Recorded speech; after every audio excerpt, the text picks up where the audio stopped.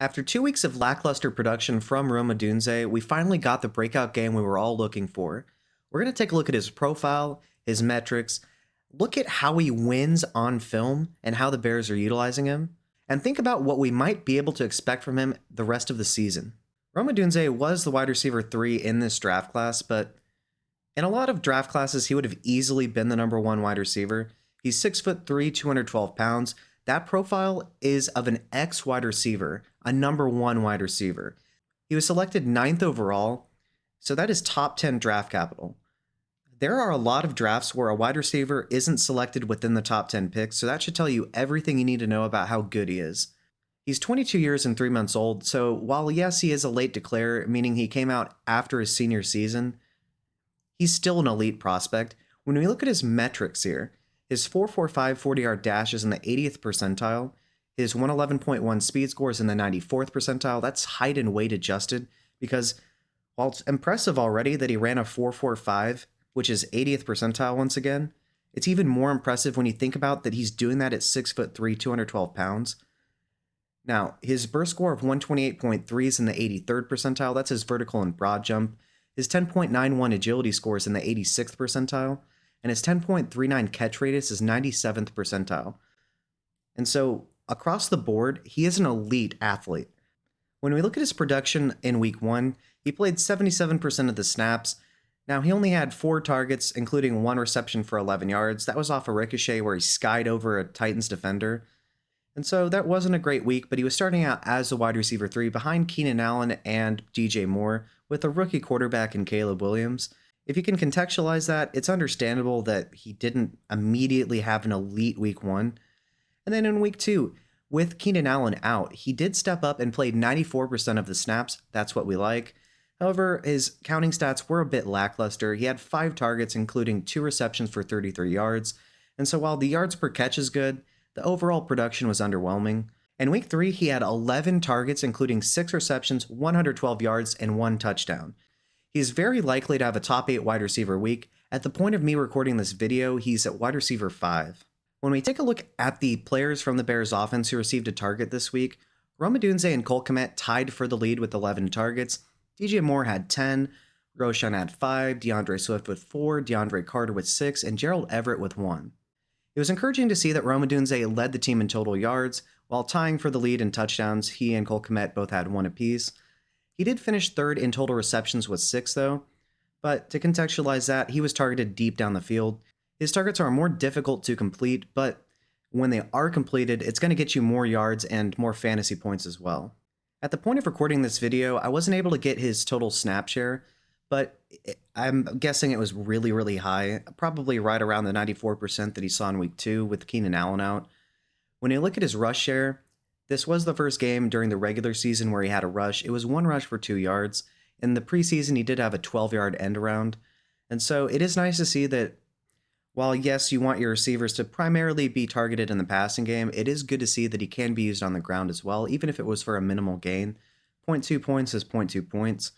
Now, when we look at his target share, it's gone from 13.79 in week 1 to 14.71 in week 2, and finally up to 22.92% in week 3. Now, when Keenan Allen gets back, it may be a little bit challenging to bank on him receiving over 22% of the total targets, but he does have the profile to be a number 1 wide receiver. He should be their X wide receiver, and after this performance in week 3, and once again, he was missed a couple times by Caleb Williams. He could have had probably 8 catches, around 200 yards, and 3 touchdowns if he would have hit them. It's still very encouraging nonetheless. On this first play, Rome is running a 9 route. Now, for some reason, they decided to put Nick Cross on him as safety. Yeah, that's a pretty bad idea, honestly. And so we get to see one of Rome's strengths here. He is very, very good at running deep routes. And so he also specifically is good at tracking the ball. We all saw that play during the preseason where Caleb spun to the left and then did the kind of jump man fadeaway throw to Odunze for, I think it was a 43-yard gain. Well, this was a 47-yard gain, and this is a beautiful display of him using his ball tracking abilities to get a giant chunk gain for us. All right, so on this play, Romadunze starts out at the top of your screen. He's running a crossing route. We get a play action from Caleb Williams. He steps up in the pocket and hits Romadunze right before he gets to the sideline. The Colts are running zone coverage, and a linebacker ends up matching up against Odunze. Yikes, that's not going to work for the Colts. And so it's a free completion for Caleb Williams, and it's nice to see a connection starting to form between him and Romadunze. All right, so on this play, Romadunze is in the slot. He's running a route up the seams. The Colts are in zone coverage, and so he finds a soft spot, turns around, and Caleb Williams is already having the ball delivered to him. We're going to see this a lot from the two of them as well. One thing to note here, Romadunze, while yes, he has the build to be a traditional X wide receiver, and that, in my opinion, is the best way to generally utilize him, he has absolute positional versatility. He can be used in the slot, as a flanker, or an X. This guy is an absolute playmaker.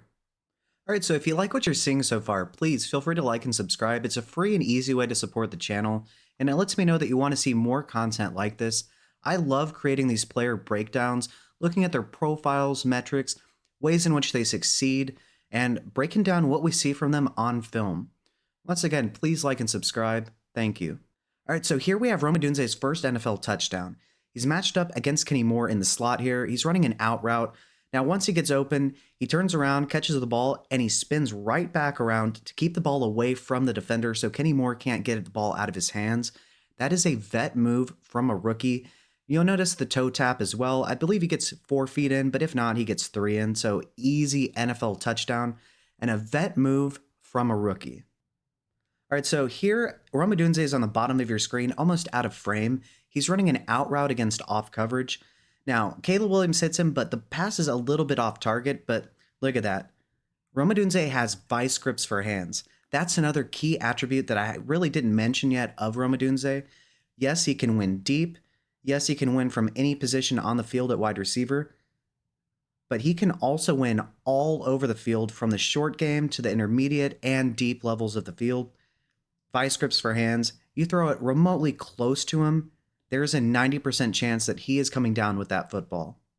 All right, so Romadunze is on the bottom of your screen. He's running a comeback route.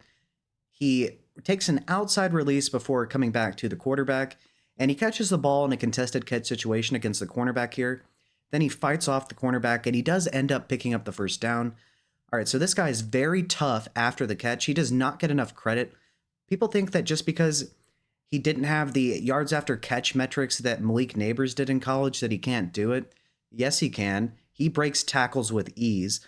And part of the reason why his yards after catch wasn't, besides the fact that he's not quite as good of an athlete as Malik Neighbors, to be fair, part of the reason why his yards after catch wasn't like that of Malik Neighbors is because his ADOT was so far down the field.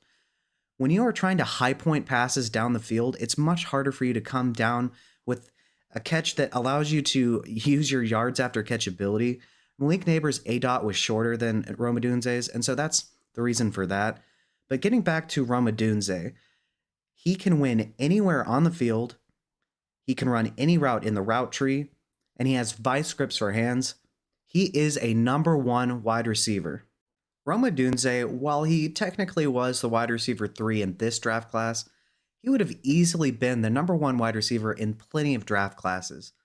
Standing at 6'3", 212 pounds, he does have the prototypical X wide receiver build, but make no mistake, he is not limited to just being an X wide receiver, although he's a very, very good one.